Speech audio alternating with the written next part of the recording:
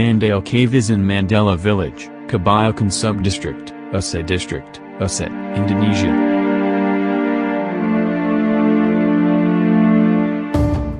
In the location of this cave found ancient human skeletons. That's why Cave Mandale is also referred to as an ancient museum that is in nature. The Team Archaeological Center, made on North Sumatra, said that the human skeleton found is estimated to be 6,500 years old. In fact, there is a 7,400-year-old skeleton.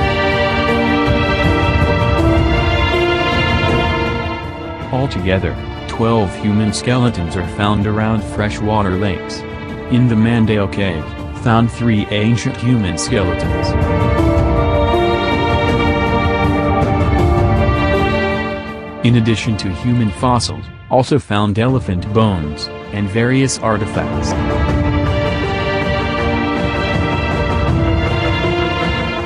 Cave Mandale is the location of educational tourism for local residents.